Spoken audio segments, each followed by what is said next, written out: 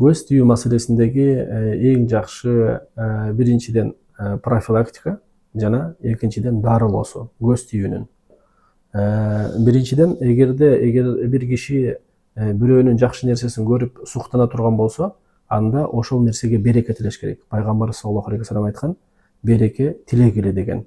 Эгерде бир суктана турган нерсени көрүп калсаңар, жага турган нерсени көрсөңөр, баракаллах, табаракаллах, Аллах берекесин берсин деп эгер дуа кылсаң, ошол тие турган көзүңдү кесип кетет.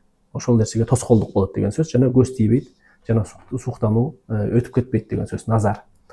Жана эгерде экинчиси, эгер көз тийген болсо, бирөөнүн көзү тийген болсо, анда эң жакшы дарысы бул көз тиүүнүн кимдин көзү тийгенин эгер билсең, анда ошол кишинин даарат ал деш керек, жана ошол даарат алган суусуна баштан ылдый ошол сууну төгүш керек. Ошондо ошол көз тиүү чечилип кетет ошол замат. Бул эң жакшы жолу болуп эсептелет. Себептен пайгамбарыбыздан келген ыкма ушул. Ал эми эгерде бул көп учурда көз тийген кишини албетте биле албайсың.